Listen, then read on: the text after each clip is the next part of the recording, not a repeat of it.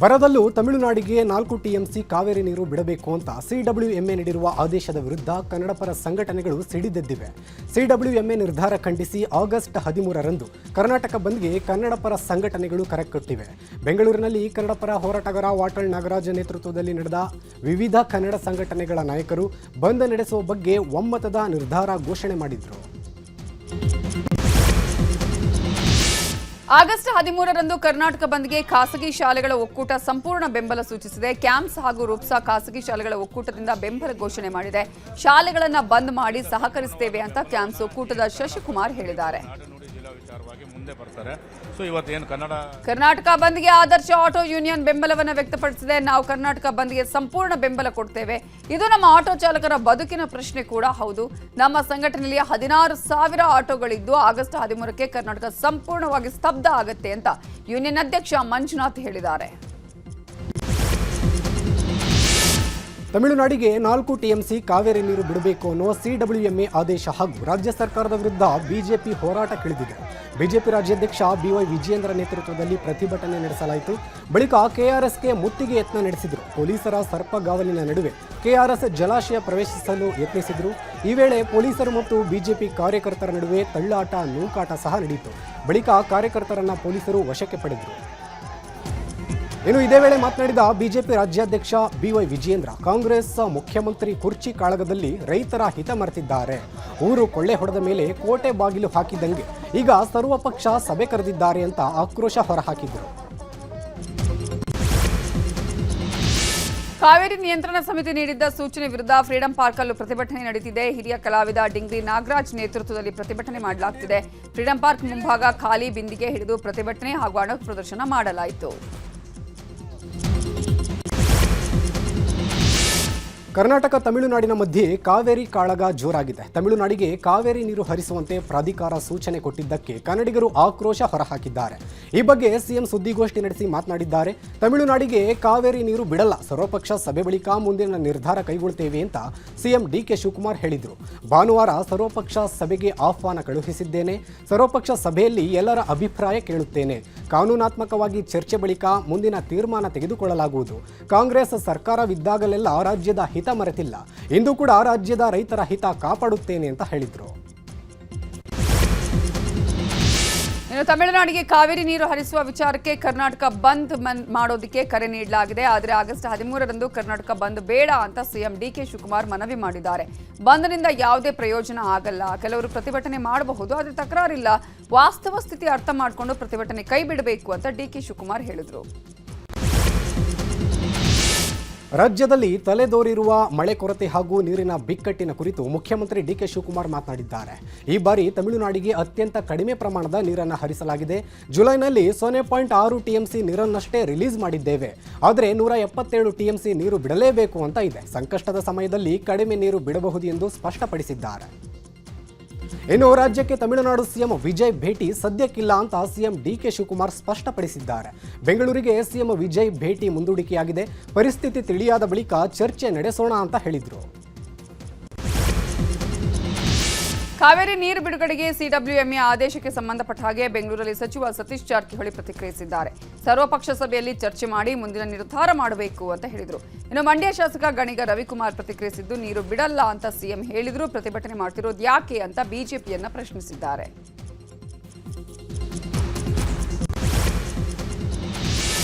ರಾಜ್ಯದ ಕಾವೇರಿ ಕದನ ರಾಜ್ಯ ರಾಜಧಾನಿ ದೆಹಲಿಗೆ ಶಿಫ್ಟ್ ಆಗುವ ಸಾಧ್ಯತೆ ಇದೆ. ಸಿಡಬ್ಲ್ಯೂಆರ್ಸಿ ವಿರುದ್ಧ ಜೆನ್ಜಿ ರೀತಿಯಲ್ಲಿ ದೆಹಲಿಯ ಜಂತರ್ ಮಂತರ್ನಲ್ಲಿ ಪ್ರತಿಭಟನೆ ನಡೆಸಲು ಕರವೇ ನಾರಾಯಣಗೌಡ ಬಣ ತಯಾರಿ ಮಾಡಿಕೊಂಡಿದೆ. ಈ ಬಗ್ಗೆ ಕರವೇ ನಾರಾಯಣಗೌಡರು ಮಾಹಿತಿ ನೀಡಿದ್ದಾರೆ. ಇನ್ನು ಆಗಸ್ಟ್ 13ರ ಬಂದ್ಗೆ ನಮ್ಮ ಬೆಂಬಲ ಇಲ್ಲ ಅಂತ ಕರವೇ ನಾರಾಯಣಗೌಡರು ಹೇಳಿದ್ದಾರೆ. ಕಾವೇರಿ ಪ್ರಾಧಿಕಾರ ರಾಜ್ಯ ಸರ್ಕಾರದ ವಿರುದ್ಧ ಕೇಂದ್ರ ಸಚಿವ ಎಚ್ ಡಿ ಕುಮಾರಸ್ವಾಮಿ ಆಕ್ರೋಶ ಹೊರಹಾಕಿದ್ದಾರೆ. ಹಾಸನದಲ್ಲಿ ಮಾತಾಡಿದ ಅವರು, ಸಿಎಂ ಕೇವಲ ಕ್ಯಾಮೆರಾ ಮುಂದೆ ಪೋಸ್ಟ್ ಕೊಟ್ಟರೆ ಆಗಲ್ಲ, ಸಿಡಬ್ಲ್ಯೂಎಂಎ ಎದುರು ಮನವರಿಕೆ ಮಾಡಿಕೊಡಬೇಕು, ಅದನ್ನ ಬಿಟ್ಟು ಟೈಮ್ ಪಾಸ್ ಮಾಡೋದಲ್ಲ. ಸರ್ವಪಕ್ಷ ಸಭೆಗೆ ನಮ್ಮ ನಾಯಕರು ತೆರಳುತ್ತಾರೆ ಅಂತ ಹೇಳಿದರು. ಇದೀಗ ರಾಜಕೀಯದ ಸುದ್ದಿಗಳನ್ನು ನೋಡ್ತಾ ಹೋಗೋಣ. ಸಚಿವರ ಸಂಪುಟ ವಿಸ್ತರಣೆ ಕಸರತ್ತು ಕ್ಲೈಮ್ಯಾಕ್ಸ್ ಹಂತಕ್ಕೆ ತಲುಪಿದೆ. ಈಗಾಗಲೇ ಪಟ್ಟಿ ಫೈನಲ್ ಆಗಿದ್ದು ಪ್ರಮಾಣ ವಚನಕ್ಕೆ ದಿನಾಂಕ ನಿಗದಿಯಾಗಿದೆ. ನೂತನ ಸಚಿವರ ಪ್ರಮಾಣ ವಚನ ಸ್ವೀಕಾರ ಸಮಾರಂಭವು ಸೋಮವಾರವೇ ನಡೆಯುವುದು ಬಹುತೇಕ ಖಚಿತಗೊಂಡಿದೆ. ಈ ಬಗ್ಗೆ ಪ್ರತಿಕ್ರಿಯೆ ನೀಡಿರುವ ಸಿಎಂ ಡಿಕೆ ಶಿವಕುಮಾರ್ ಸೋಮವಾರ 99% ಪ್ರಮಾಣ ವಚನ ಆಗಲಿದೆ ಅಂತ ಸುಳಿವು ಕೊಟ್ಟಿದ್ದಾರೆ. ಇನ್ನು ರಾಜ್ಯ ಸಚಿವ ಸಂಪುಟ ವಿಸ್ತರಣೆ ಬೆನ್ನಲ್ಲೇ ಚಿತ್ರದುರ್ಗ ಶಾಸಕ ವೀರೇಂದ್ರ ಪಪ್ಪಿ ದೇವರ ಮೊರೆ ಹೋಗಿದ್ದಾರೆ.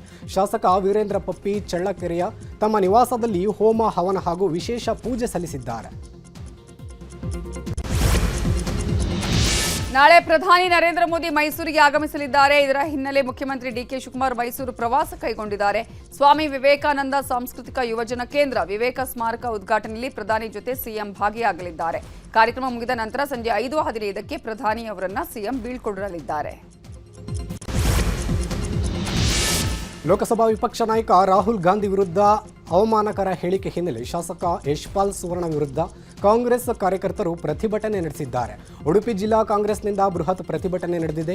ದ್ವೇಷ ಭಾಷಣ ಮಾಡಿದ ಹಿನ್ನೆಲೆಯಲ್ಲಿ ಶಾಸಕ ಯಶ್ಪಾಲ್ ವಿರುದ್ಧ ಹಲವು ಠಾಣೆಗಳಲ್ಲಿ ಪ್ರಕರಣ ದಾಖಲಾಗಿದೆ. ಮಾಜಿ ಸಂಸದ ಪ್ರತಾಪ್ ಸಿಂಹಗೆ ಚಾಮರಾಜ ಕ್ಷೇತ್ರದ ಶಾಸಕ K Harish Gowda open challenge ಹಾಕಿದ್ದಾರೆ. ಮೈಸೂರಲ್ಲಿ ಮಾತಾಡಿದ ಅವರು, ನಿನ್ನೂರು ಸಕಲೇಶಪುರದಲ್ಲಿ ಸ್ಪರ್ಧೆ ಮಾಡ್ತೇನೆ, ನಾನು ನೀನು ಅಲ್ಲೇ ಸ್ಪರ್ಧೆ ಮಾಡು, ಯಾರು ಗೆಲ್ತಾರೆ ನೋಡೋಣ ಅಂತ ಸವಾಲಿಸಿದ್ದಾರೆ. ಮಾಜಿ ಶಾಸಕ ಡಿಎನ್ ಜೀವರಾಜ್ ವಿರುದ್ಧ ದಾಖಲಾಗಿರುವ ಮತ ತಿರುಚಿದ ಆರೋಪದ ಪ್ರಕರಣ ಸಂಬಂಧ ಆದೇಶವನ್ನು ಹೈಕೋರ್ಟ್ ಕಾಯ್ದಿರಿಸಿದೆ. ಚಿಕ್ಕಮಗಳೂರು ಟೌನ್ ಪೊಲೀಸ್ ಠಾಣೆಯಲ್ಲಿ ದಾಖಲಾಗಿರುವ ಎಫ್ಐಆರ್ ಹಾಗೂ ಪ್ರಕರಣವನ್ನು ರದ್ದುಪಡಿಸುವಂತೆ ಕೋರಿ ಅರ್ಜಿ ಸಲ್ಲಿಸಲಾಗಿತ್ತು. ಇನ್ನು ಕಾಂಗ್ರೆಸ್ ಅಭ್ಯರ್ಥಿ ಗಾಯತ್ರಿ ಶಾಂತೇಗೌಡ ರೋಚಕ ಗೆಲುವು ಸಾಧಿಸಿದ್ದಾರೆ. 9 ಮತಗಳಿಂದ ಗೆಲುವು ಎಂದು ನ್ಯಾಯಮೂರ್ತಿ ಎಸ್ಜಿ ಪಂಡಿತ್ ಆದೇಶ ಹೊರಡಿಸಿದ್ದು ಬಿಜೆಪಿ ಬೆಂಬಲಿತ ಎಂಕೆ ಪ್ರಾಣೇಶ್ಗೆ ಹಿನ್ನಡೆಯಾಗಿದೆ. ಯೋಗೇಶ್ ಗೌಡ ಕೊಲೆ ಪ್ರಕರಣದಲ್ಲಿ ಮಾಜಿ ಸಚಿವ ವಿನಯ್ ಕುಲಕರ್ಣಿಗೆ ಹೈಕೋರ್ಟ್ ಬಿಗ್ ರಿಲೀಫ್ ನೀಡಿದೆ.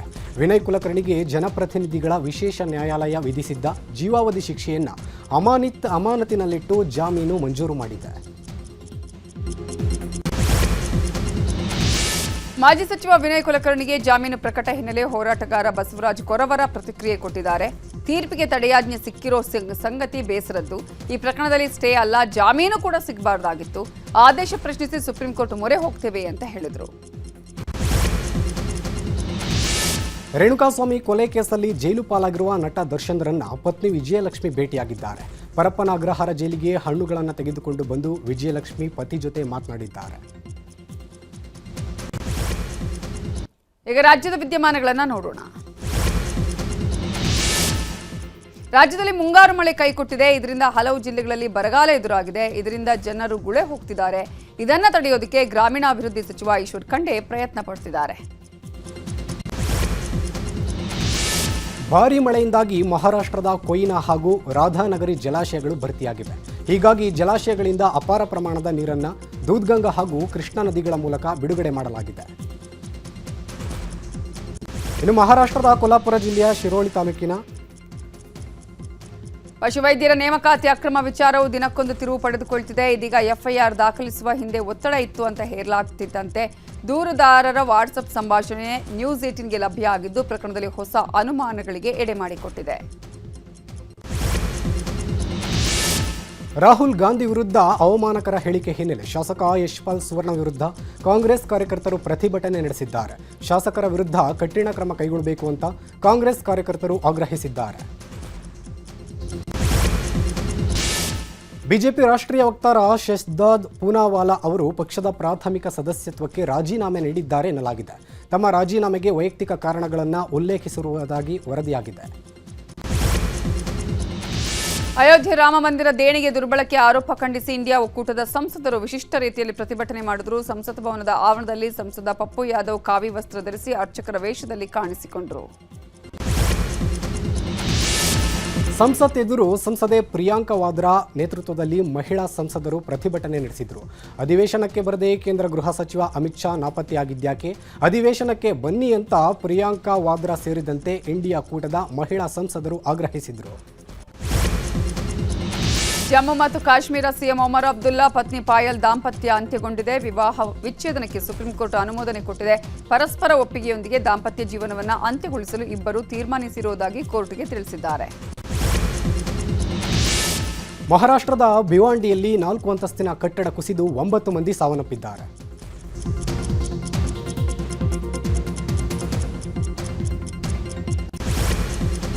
ಸಚಿವ ಸಂಪುಟದ ಬಿಗ್ ಎಕ್ಸ್ಕ್ಲೂಸಿವ್ ಸ್ಟೋರಿ. ದೆಹಲಿಯಿಂದ ಸಿಕ್ಕಿದೆ ಪಕ್ಕಾ ಲಿಸ್ಟ್. ನ್ಯೂಸ್ 18ನ ಬಿಗ್ ಎಕ್ಸ್ಕ್ಲೂಸಿವ್. ಸಂಪುಟ ವಿಸ್ತರಣೆಗೆ ಸಂಬಂಧಪಟ್ಟ ಹಾಗೆ ಯಾರ್ಯಾರಿಗೆ ಸಚಿವ ಸ್ಥಾನ ಸಿಗುವ ಸಾಧ್ಯತೆ ಇದೆ, ಸಂಭಾವ್ಯ ಸಚಿವರ ಲಿಸ್ಟ್ ನ್ಯೂಸ್ 18 ಕನ್ನಡಕ್ಕೆ ಲಭ್ಯವಾಗಿದೆ. ಬಿಗ್ ಎಕ್ಸ್ಕ್ಲೂಸಿವ್ ಸುದ್ದಿ. ಸಂಪುಟ ವಿಸ್ತರಣೆ ಸೋಮವಾರ ಬಹುತೇಕ ಖಚಿತ. ಸಚಿವರ ಪಟ್ಟಿಯನ್ನ ಫೈನಲ್ ಮಾಡಿದೆ ಕಾಂಗ್ರೆಸ್ ಹೈಕಮಾಂಡ್. ಈಗಾಗಲೇ 18 ಶಾಸಕರ ಹೆಸರಿನ ಪಟ್ಟಿ ಫೈನಲ್ ಆಗಿದೆ. ಈ ಪೈಕಿ 15 ಸಂಭಾವ್ಯ ಸಚಿವರ ಪಟ್ಟಿ ನ್ಯೂಸ್ 18 ಕನ್ನಡಗೆ ಲಭ್ಯವಾಗಿದೆ. ದೆಹಲಿಯ ಕಾಂಗ್ರೆಸ್ ಮೂಲಗಳಿಂದ ಈ ಪಟ್ಟಿ ಲಭ್ಯ ಆಗಿರೋದು. ಶಾಸಕರು ಸಚಿವರಾಗಿ ಪ್ರಮಾಣ ವಚನ ಸ್ವೀಕಾರ ಮಾಡೋದು ಖಚಿತ. ಹಾಗಾದ್ರೆ ಯಾರ್ಯಾರು ಆ ಶಾಸಕರು ಪ್ರಮಾಣ ವಚನವನ್ನ ಸ್ವೀಕರಿಸಲಿದ್ದಾರೆ? ಸಚಿವರಾಗಿ ಪ್ರಮಾಣ ವಚನ ಸ್ವೀಕರಿಸುವ ಶಾಸಕರು ಯಾರು? ನ್ಯೂಸ್ 18 ಕನ್ನಡಕ್ಕೆ ಸಿಕ್ಕಿದೆ ದೆಹಲಿ ಮೂಲಗಳ ಮಾಹಿತಿ. 18 ಶಾಸಕರು ಸಚಿವರಾಗಿ ಪ್ರಮಾಣ ವಚನ ಸ್ವೀಕರಿಸಲಿದ್ದಾರೆ. ಅದರಲ್ಲಿ 15 ಶಾಸಕರು ಸಂಭಾವ್ಯ ಸಚಿವರುಗಳ ಲಿಸ್ಟ್ ಅನ್ನ ನ್ಯೂಸ್ 18 ಕನ್ನಡ ನಿಮ್ಮ ಮುಂದೆ ಇಡ್ತಾ ಇದೆ. ಯಾರ್ಯಾರು ಸಚಿವರಾಗಿ ಪ್ರಮಾಣ ವಚನ ಸೋಮವಾರ ಸ್ವೀಕಾರ ಮಾಡಲಿದ್ದಾರೆ? ಸೋಮವಾರವೇ ಬಹುತೇಕವಾಗಿ ಸಂಪುಟ ವಿಸ್ತರಣೆಯಾಗೋದು ಪಕ್ಕ. ನೂತನ ಸಚಿವರುಗಳು ಪ್ರಮಾಣ ವಚನ ಸ್ವೀಕರಿಸೋದು ಪಕ್ಕ ಆಗಿದೆ. ಇವತ್ತು ಡಿ ಕೆ ಶಿವಕುಮಾರ್ ಕೂಡ ಹೇಳಿದ್ರು 99% ಸೋಮವಾರ ಪ್ರಮಾಣ ವಚನ ಆಗತ್ತೆ, ನಾನು ಈಗಾಗಲೇ ತಯಾರಿ ಮಾಡ್ಕೊಳ್ಳಿ ಅಂತ ಹೇಳಿದ್ದೀನಿ ರಾಜಭವನದಲ್ಲಿ ಅನ್ನುವ ವಿಚಾರವನ್ನ ಹೇಳಿದ್ರು. ಸೊ ಯಾರ್ಯಾರು ಹಾಗಾದ್ರೆ ಕಾಂಗ್ರೆಸ್ ಹೈಕಮಾಂಡ್ ಅನೇಕ ಮಾನದಂಡಗಳನ್ನ ಅನುಸರಿಸಿ ಯಾರ್ಯಾರಿಗೆ ಅವಕಾಶವನ್ನ ಕೊಟ್ಟಿದೆ, ಸಂಪುಟದಲ್ಲಿ ಯಾರ್ಯಾರು ಅವಕಾಶವನ್ನ ಪಡೆದುಕೊಳ್ತಾ ಇದ್ದಾರೆ, ಹೊಸಬರಿಗೆ ಯಾರಿಗೆ ಸಿಕ್ಕಿದೆ, ಅನುಭವ ಇರುವಂತಹ ಹಿರಿಯ ಶಾಸಕರಿಗೆ ಯಾರ್ಯಾರಿಗೆ ಸಚಿವ ಸ್ಥಾನ ಒಲಿದಿದೆ, ಅದರಲ್ಲೂ ಕೂಡ ಪ್ರಮುಖವಾಗಿ ಈಗ ಒಂದು ಪೋಸ್ಟ್ ಇಬ್ಬರ ಪೈಪೋಟಿ ಬಹಳ ಕುತೂಹಲ ಇರೋದು. ಆ ಒಂದು ಪೋಸ್ಟ್ಗೆ ಇಬ್ಬರಿಬ್ರು ಶಾಸಕರುಗಳು ಈಗ ಪೈಪೋಟಿಯನ್ನ ಮಾಡ್ತಿದ್ದಾರೆ. ಇಬ್ಬರ ಪೈಕಿ ಯಾರಿಗೆ ಮಂತ್ರಿಗಿರಿ, ಯಾರಿಗೆ ಒಲಿಯಲಿದೆ ಪಟ್ಟ ಅನ್ನುವಂತಹ ಕುತೂಹಲ ಇದೆ. ಯಾರ್ಯಾರ ನಡುವೆ ಪೈಪೋಟಿ ಇದೆ? ಒಂದ್ ಕಡೆ ಒಂದು ಪೋಸ್ಟ್ಗೆ ಇಬ್ಬರ ಪೈಪೋಟಿಯಲ್ಲಿ ಆ ಮಾನದಂಡಗಳು ಏನೇನು, ಯಾವ ಕಾರಣಕ್ಕಾಗಿ ಇಬ್ಬರ ನಡುವೆ ಈ ಮಂತ್ರಿಗಿರಿಗಾಗಿ ಪೈಪೋಟಿ ನಡೀತಾ ಇದೆ ಅನ್ನೋದನ್ನ ಕೂಡ ನಿಮ್ಮ ಮುಂದೆ ಇಡ್ತಾ ಹೋಗ್ತೀವಿ. ಹಾಗಾದ್ರೆ ಒಂದು ಪೋಸ್ಟ್ಗೆ ಯಾರಿಬ್ಬರು ಆ ರೀತಿಯಾಗಿ ಕಾಂಪಿಟೇಟ್ ಮಾಡ್ತಾ ಇದ್ದಾರೆ? ಮಾನದಂಡದಲ್ಲಿ ಅದು ಪ್ರಾದೇಶಿಕನ, ಜಾತಿವಾರ, ಸಂತೋಷ್ ಲಾಡ್ ವರ್ಸಸ್ ಶ್ರೀನಿವಾಸ್ ಮಾನೆ. ಕಲಘಟಕಿ ಶಾಸಕರಾಗಿರುವ ಸಂತೋಷ್ ಲಾಡ್, ಹಾನಗಲ್ ಶಾಸಕರಾಗಿರುವ ಶ್ರೀನಿವಾಸ್ ಮಾನೆ ನಡುವೆ ಇದೀಗ ಒಂದು ಪೋಸ್ಟ್ಗೆ ಇಬ್ಬರ ನಡುವೆ ಪೈಪೋಟಿ. ಮತ್ತೊಂದು ಕಡೆ ಮತ್ತೊಂದು ಸಮುದಾಯದ ವಿಚಾರದಲ್ಲಿ ಜಮೀರ್ ಅಹಮದ್ ಖಾನ್ ವರ್ಸಸ್ ರಿಜ್ವಾನ್ ಅರ್ಷದ್, ಇವರಿಬ್ಬರ ನಡುವೆ ಕೂಡ ಪೈಪೋಟಿ ಇದೆ.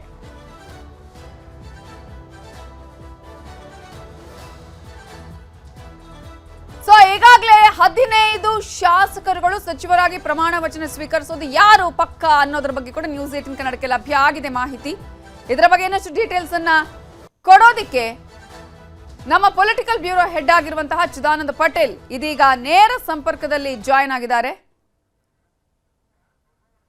ಚಿದಾನಂದ ಪಟೇಲ್, ಈಗಾಗಲೇ 18 ಮಂದಿ ಶಾಸಕರುಗಳು ಸಚಿವರಾಗಿ ಪ್ರಮಾಣ ವಚನ ಸ್ವೀಕರಿಸುವುದು ಪಕ್ಕ ಆಗಿದೆ. ಅದರಲ್ಲೂ ಕೂಡ ಸೋಮವಾರವೇ ಪ್ರಮಾಣ ವಚನವನ್ನ ಸ್ವೀಕರಿಸಲಿದ್ದಾರೆ ಎಂದು ಡಿ ಕೆ ಶಿವಕುಮಾರ್ ಕೂಡ ಹೇಳಿದ್ರು. 99% ಸೋಮವಾರವೇ ಅಂತ ಹೇಳಿ. ಸೊ ಇದೀಗ ನ್ಯೂಸ್ 18 ಕನ್ನಡಕ್ಕೆ ಸಿಕ್ಕಿರುವ ಪಕ್ಕಾ ಮಾಹಿತಿಯ ಪ್ರಕಾರ ಯಾರ್ಯಾರು ಸಚಿವರಾಗಿ ಪ್ರಮಾಣ ವಚನ ಸ್ವೀಕರಿಸಲಿದ್ದಾರೆ?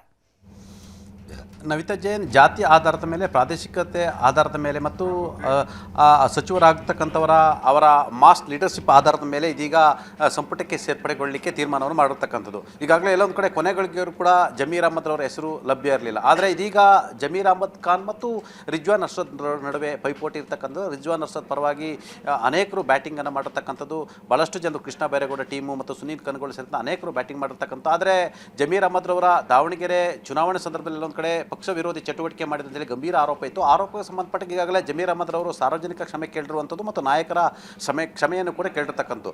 ಆದರೆ ಒಂದು ಕಡೆ ಜಮೀರ್ ಅಹಮದ್ ಖಾನ್ ರವರು ಅಲ್ಪಸಂಖ್ಯಾತರಾದ ಮಾಸ್ ಲೀಡರ್ ಆಗಿದ್ದರಿಂದ ಜಮೀರ್ ಅಹಮದ್ ರವರನ್ನ ಎಲ್ಲೊಂದು ಕಡೆ ಅವ್ರನ್ನ ಸಚಿವರಾಗಿ ಮಾಡಿದರೆ ಇದು ಪಕ್ಷಕ್ಕೆ ಅನುಕೂಲ ಆಗುತ್ತೆ ಮತ್ತು 2028ರ ವಿಧಾನಸಭೆ ಚುನಾವಣೆ ಮತ್ತು 2029ರ ಲೋಕಸಭೆ ಚುನಾವಣೆಗೆ ಅನುಕೂಲ ಆಗುತ್ತೆ. ಆತ ಸಂಘಟಕ ಅನ್ನೋದು ಕೂಡ ಅವರ ಬಗ್ಗೆ ಇರ್ತಕ್ಕಂಥ ಪಾಸಿಟಿವ್ ಇರ್ತಕ್ಕಂಥದ್ದು.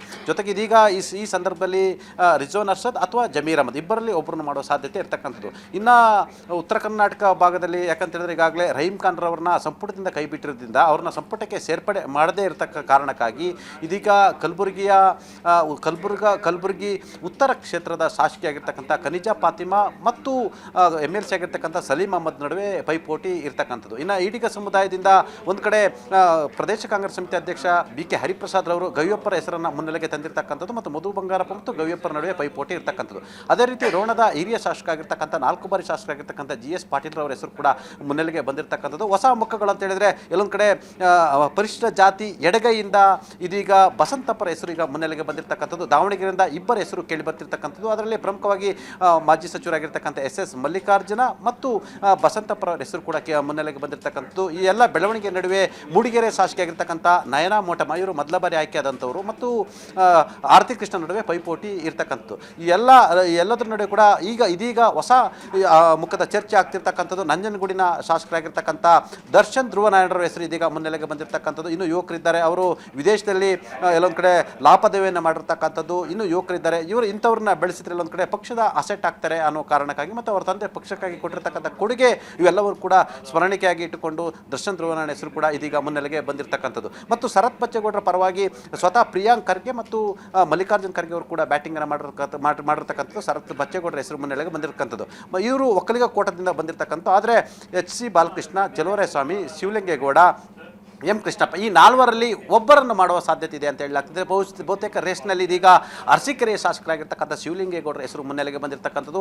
M ಕೃಷ್ಣಪ್ಪ ವಿಚಾರದಲ್ಲಿ 50-50 ಇರ್ತಕ್ಕಂಥದ್ದು. ಅದರಲ್ಲಿ ಪ್ರಮುಖವಾಗಿ ಮಲ್ಲಿಕಾರ್ಜುನ್ ಖರ್ಗೆ ಅವರು ಅವ್ರ ಪರವಾಗಿ ಬ್ಯಾಟಿಂಗನ್ನು ಮಾಡಿರ್ತಕ್ಕಂಥದ್ದು ಮತ್ತು SC ಬಾಲಕೃಷ್ಣ ಪರವಾಗಿ ಮುಖ್ಯಮಂತ್ರಿ DK ಶಿವಕುಮಾರ್ ಅವರೇ ಬ್ಯಾಟಿಂಗನ್ನು ಮಾಡಿರ್ತಕ್ಕಂಥದ್ದು. ಇನ್ನು ಮರಾಠ ಕೋಟದಿಂದ ಒಂದು ಕಡೆ ಹಾನಗಲ್ನ ಶಾಸಕರಾಗಿರ್ತಕ್ಕಂಥ ಶ್ರೀನಿವಾಸ್ ಮಾನೆ ಮತ್ತು ಕಲಘಟಕಿ ಶಾಸಕರು ಹಾಗೂ ಮಾಜಿ ಸಚಿವರಾಗಿರ್ತಕ್ಕಂಥ ಸಂತೋಷ್ ಲೋಡ್ ಹೆಸರು ಪೈಪೋಟಿ ಬಂದಿರತಕ್ಕಂಥದ್ದು. ಒಂದು ಕಡೆ ಮಾನೆಯ ಪರವಾಗಿ ಅನೇಕರು ಲಾಬಿ ಮಾಡಿರ್ತಕ್ಕಂಥದ್ದು. ಕೃಷ್ಣ ಬೈರೇಗೌಡ ಟೀಮ್ ಸೇರಿದಂತೆ ಬೇರೆ ಬೇರೆ ಲಾಬಿಯನ್ನು ಮಾಡಿರ್ತಕ್ಕಂಥ ಅವರ ಹೆಸರನ್ನ ಶಶಿಕಾಂತ್ ಸೆಂಥಿಲ್ ಅವರು ಕೊಟ್ಟಿರ್ತಕ್ಕಂಥದ್ದು. ಇದರ ಬೆನ್ನಲ್ಲೇ ಸಂತೋಷ್ ಲಾಡ್ರವರ ಹೆಸರು ಇದೀಗ ಮುನ್ನೆಲೆಗೆ ಬಂದಿರತಕ್ಕಂಥದ್ದು. ಸಂತೋಷ್ ಲಾಡ್ರವರು ಅಗ್ರೆಸಿವ್ ಲೀಡರ್ ಆಗಿರ್ತಕ್ಕಂಥದ್ದು. ಅವರು ಪಕ್ಷದ ಪರವಾಗಿ ಮಾತನಾಡ್ತಾರೆ ಮತ್ತು ಕೇಂದ್ರ ಸರ್ಕಾರವನ್ನು ರಚನಾತ್ಮಕವಾಗಿ ಮತ್ತು ದಾಖಲೆ ಇಟ್ಕೊಂಡು ಟೀಕೆಯನ್ನು ಮಾಡ್ತಾರೆ. ಭವಿಷ್ಯದ ದಿನಗಳಲ್ಲಿ ಇವರ ಅವಶ್ಯಕತೆ ಹೆಚ್ಚಿದೆ ಅಂತೇಳಿ ಚರ್ಚೆ ಆಗಿರ್ತಕ್ಕಂಥದ್ದು. ಈ ಎಲ್ಲದರ ನಡುವೆ ಕೂಡ ಇದೀಗ SC ಬಲಗೈಯಿಂದ ಹಲವರ ಹೆಸರು ಮುನ್ನೆಲೆಗೆ ಬಂದಿರ್ತಕ್ಕಂಥದ್ದು. ಆನೇಕಲ್ ಶಿವಣ್ಣ ಹೆಸರು ಮುನ್ನೆಲೆಗೆ ಬಂದಿರತಕ್ಕಂಥ. ಇದರ ಜೊತೆಗೆ ಈಗಾಗಲೇ ಧಾರವಾಡ ಜಿಲ್ಲೆಯವರಾಗಿರ್ತಕ್ಕಂಥ ಅಬ್ಬಯ್ಯ ಪ್ರಸಾದ್ ಹೆಸರು ಕೂಡ ಪೈಪೋಟಿಗೆ ಬಂದಿರತಕ್ಕಂಥದ್ದು ಮತ್ತು ನಾರಾಯಣ ಸ್ವಾಮಿ ಹೆಸರು ಕೂಡ ಚರ್ಚೆಗೆ ಬಂದಿರತಕ್ಕಂಥದ್ದು. ಈ ಎಲ್ಲದರ ನಡುವೆ ಕೂಡ ಕುರುಬ ಕೋಟದಿಂದ ಹಿರಿಯರಾಗಿರ್ತಕ್ಕಂಥ ಬಸವರಾಜ ಶಿವಣ್ಣನವರ ಹೆಸರನ್ನ ಸ್ವತಃ ಸಿದ್ದರಾಮಯ್ಯವರೇ ಪ್ರಪೋಸ್ ಮಾಡಿರ್ತಕ್ಕಂಥದ್ದು. ಸಿಂಗಲ್ ನೇಮನ್ನು ಪ್ರಪೋಸ್ ಮಾಡಿರ್ತಕ್ಕಂಥದ್ದು. ಅಲ್ಲದೆ ಇನ್ನು ಪ್ರಮುಖವಾಗಿ ಬೆಳಗಾವಿ ಜಿಲ್ಲೆಯಿಂದ ಲಕ್ಷ್ಮೀ ಹೆಬ್ಬಾಳ್ಕರ್ ಹೆಸರು ಕೂಡ ಮುನ್ನೆಲೆಗೆ ಬಂದಿರತಕ್ಕಂಥದ್ದು. ಲಕ್ಷ್ಮಣ್ ಸವದಿ ಹೆಸರು ಕೂಡ ಮುನ್ನೆಲೆಗೆ ಬಂದಿರತಕ್ಕಂಥದ್ದು. ಜೊತೆಗೆ ಇದರ ನಡುವೆ ಎಲ್ಲೊಂದು ಕಡೆ ಮಾಜಿ ಮುಖ್ಯಮಂತ್ರಿ ಸಿದ್ದರಾಮಯ್ಯನವರು ಅಶೋಕ್ ಎಂ ಪಟ್ಟಣದ ಹೆಸರನ್ನು ಕೂಡ ಶಿಫಾರಸು ಮಾಡಿರ್ತಕ್ಕಂಥದ್ದು. ಮತ್ತು ಬಿಜಾಪುರದಿಂದ ಯಶವಂತ ರಾಯಗೌಡ ಹೆಸರು ಈಗ ಕೇಳಿ ಬಂದಿರತಕ್ಕಂಥ. ಅವರು 3 ಬಾರಿ ಶಾಸಕರಾಗಿರ್ತಕ್ಕಂಥದ್ದು. ಜೊತೆಗೆ ಪಂಚಮಸಾಲಿ ಸಮುದಾಯದಿಂದ ಈಗಾಗಲೇ ವಿಜಯಾನಂದ ಕಾಸಪ್ಪನವರು ಕೂಡ ಹೆಸರು ಕೂಡ ಕೇಳಿ ಬರ್ತಿರ್ತಕ್ಕಂಥದ್ದು. ಅವರು ಕೂಡ ರೇಸ್ನಲ್ಲಿ ಇರ್ತಕ್ಕಂಥದ್ದು. ಒಂದು ವೇಳೆ ಲಕ್ಷ್ಮೀ ಹೆಬ್ಬಾಳ್ಕರ್ ಅವರು ಮಂತ್ರಿ ಆದರೆ ಅವರು ಕೂಡ ಪಂಚಮಸಾಲಿ ಸಮುದಾಯಕ್ಕೆ ಸೇರಿದ್ರಿಂದ ರೇಸ್ನಿಂದ ವಿಜಯಾನಂದ ಕಾಸಪ್ಪನವರು ಹೊರಗುಳಿಲಿದ್ದಾರೆ ಅಂತ ಕೂಡ ಹೇಳ್ತಿರ್ತಕ್ಕಂಥದ್ದು. ಎಲ್ಲದರ ನಡುವೆ ಕೂಡ NS ಬೋಸರಾಜ್ ಹೆಸರು ಕೂಡ ಮುನ್ನೆಲೆಗೆ ಬಂದಿರತಕ್ಕಂಥದ್ದು. ಡಾಕ್ಟರ್ ಅಜಯ್ ಸಿಂಗ್ ಹೆಸರು ಇರ್ತಕ್ಕಂಥದ್ದು. ಇನ್ನು ಬಳ್ಳಾರಿ ಜಿಲ್ಲೆಯಿಂದ B ನಾಗೇಂದ್ರ ಅಥವಾ ಕಂಪ್ಲಿ ಗಣೇಶ್ ಹೆಸರು. ಯಾಕಂತಂದರೆ B ನಾಗೇಂದ್ರ ಅವರ ಮೇಲೆ ಈಗಾಗಲೇ ವಾಲ್ಮೀಕಿ ಹಗರಣದಲ್ಲಿ CBI ಈಗಾಗಲೇ ಅವ್ರನ್ನ ದೋಷಾರೋಪ ಪಟ್ಟಿಯಲ್ಲಿ ಅವರ ಹೆಸರು ಇರ್ತಕ್ಕಂಥದ್ದು. ಹಾಗಾಗಿ ಮುಂದಿನ ದಿನಗಳಿದು ಎಲ್ಲೊಂದು ಕಡೆ ಬೇರೆ ರೀತಿ ತೊಂದರೆ ಆಗುವ ಸಾಧ್ಯತೆ ಇದೆ ಅಂತೇಳಿ ಚರ್ಚೆ ಆಗ್ತಿರ್ತಕ್ಕಂಥ. ಹಾಗಾಗಿ B ನಾಗೇಂದ್ರ ವರ್ಸಸ್ ಕಂಪ್ಲಿ ಗಣೇಶ್ ನಡುವೆ ಪೈಪೋಟಿ ಇರ್ತಕ್ಕಂಥದ್ದು. ಸದ್ಯಕ್ಕೆ ಈಗಾಗಲೇ 20 ಲಿಸ್ಟ್ನಲ್ಲಿ ಈಗಾಗಲೇ 15ರಿಂದ 16 ಜನರ ಹೆಸರನ್ನು ಫೈನಲ್ ಮಾಡಿರ್ತಕ್ಕಂಥದ್ದು. ಈಗಾಗಲೇ 4ರಿಂದ 5 ಹೆಸರನ್ನು ಫೈನಲ್ ಮಾಡಬೇಕಾಗಿರ್ತಕ್ಕಂಥದ್ದು. ಭಾನುವಾರ ಸಂಜೆ KC ವೇಣುಗೋಪಾಲರು ಬೆಂಗಳೂರಿಗೆ ಪಟ್ಟಿ ಇಟ್ಕೊಂಡು ಬರ್ತಾರೆ. ಸೋಮವಾರ ಸಂಜೆ 4 ಗಂಟೆಗೆ ಆಗಸ್ಟ್ 3ನೇ ತಾರೀಕು 4 ಗಂಟೆಗೆ ಲೋಕಭವನದಲ್ಲಿ ಸುಮಾರು 18ರಿಂದ 19 ಶಾಸಕರುಗಳು ಸಚಿವರಾಗಿ ಪ್ರಮಾಣ ವಚನವನ್ನು ಸ್ವೀಕರಿಸಲಿದ್ದಾರೆ. ನವಿತಾ ಜೈನ್. Thank you Chidan Patel ಡೀಟೇಲ್ಸ್ಗೆ.